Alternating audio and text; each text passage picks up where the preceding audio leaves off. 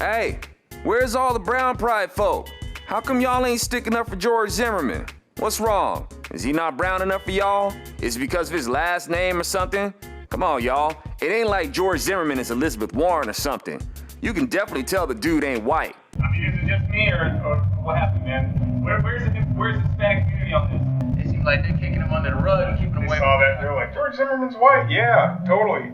Eli, what you think? Eli, never mind, you're on the phone. Hey, he's white, man. Listen to his last name, man. He's white. He's not one of us. We're trying to get our own thing, man. And hey, George, it's George. It's not Jorge. It's George. George Zimmerman. Zimmerman. George. Ain't no kind of. George Zimmerman. George Zimmerman. He's German now. He's German. Yeah, German. Make his name sound as white as you possibly can. I think what's happening. Propaganda.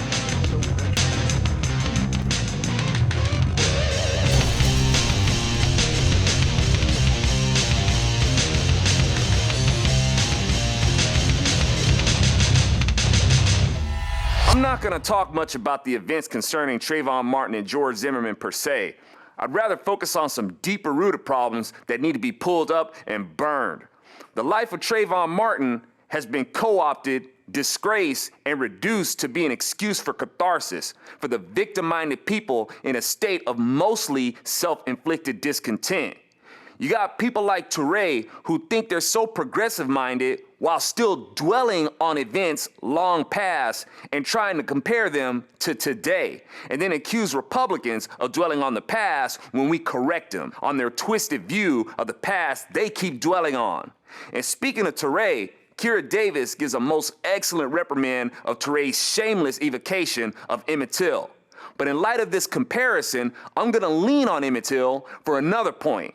Recently, a friend of mine, Christian Hartsock, was assaulted in Oakland.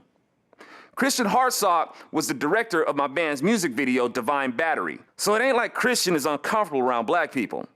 All the members of my band are black, so I can't imagine that he gave some sort of attitude that would make the demonstrators think that he was some sort of threat to them. But for no justifiable reason, Christian Hartsock was attacked, but the responses that I've seen are part of why much of the black community sees whites as racist.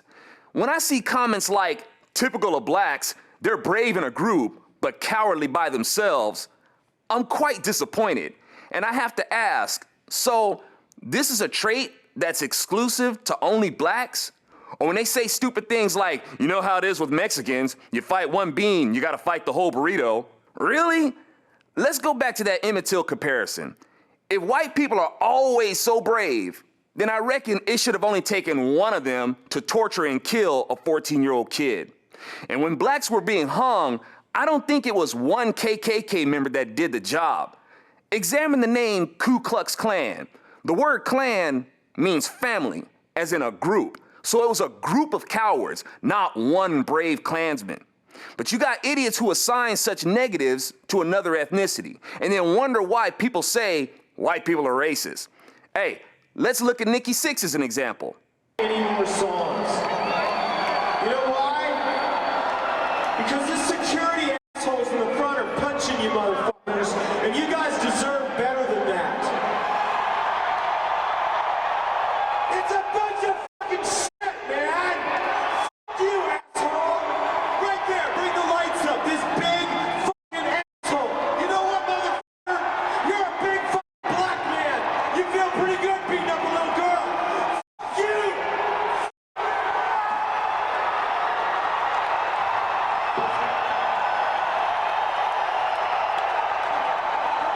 You know what, motherfuckers? Kick this fucking guy's ass! Kick this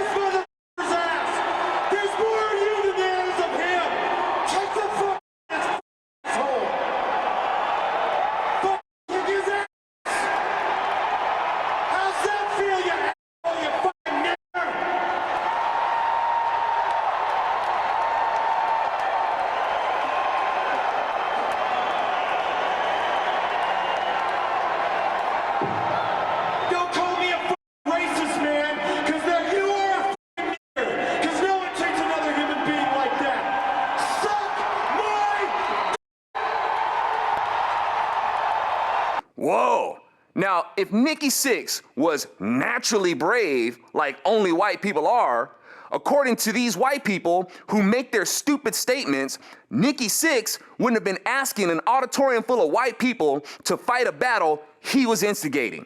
It wasn't like Nikki Sixx said, okay, everybody back off. He's mine. But like too many of you morons, you say and do stupid stuff like this, and even defend people like Nikki Sixx for doing stuff like this, cheering him on and wonder why people think you're racist, and try to claim you're not one. Nikki Sixx tried to come off as indignant because he didn't like the way the security guard treated a female. Like Nikki Sixx is a champion of chivalry. But Nikki Sixx wasn't as offended by the actions of the security guard as he was by his skin color. If he wasn't, he wouldn't have needed to mention it. He should have only been offended by the actions of the security guard.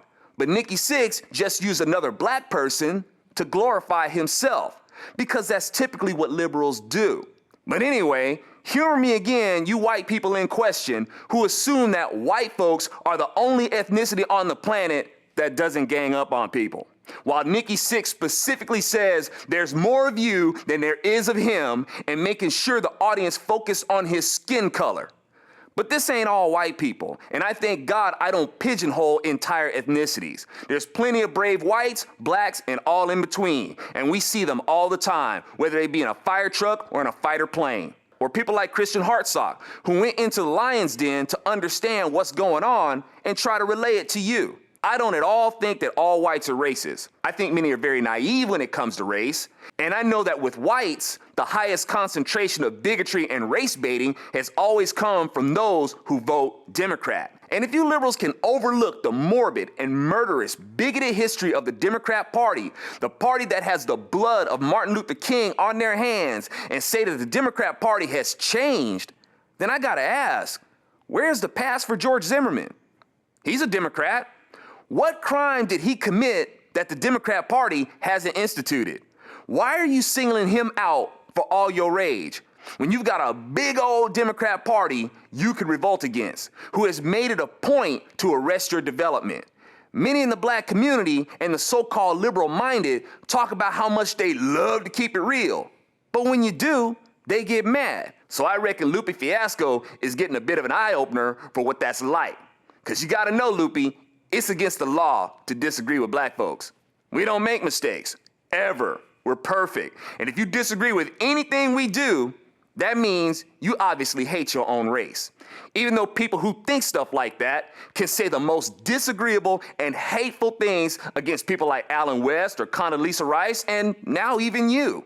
Disgusting epithets, but somehow these haters aren't the actual self-haters. Y'all, this stuff warrants a lot to unload. We'll pick this up on Kirstie Alley, who withdrew her comment which read, "White people used to make black people drink from separate drinking fountains. Now we just shoot their children." But I want to address it because her comments represent a way a lot of people think. And I'll point out again that liberals consider themselves progressives while always dwelling on their distorted view of the past. And if you're gonna do that, then I'll have to remind you that it was Democrats who imposed those segregations. And killing black kids ain't nothing new for Democrats. And while y'all are pretending you're so outraged about black kids getting killed, how about being outraged about them being killed off with abortion? But being surprised by the twisted worldview of liberals would be like being surprised that my butt will burn after eating a bunch of ghost peppers. It's foolishness, man. Just foolishness, you know?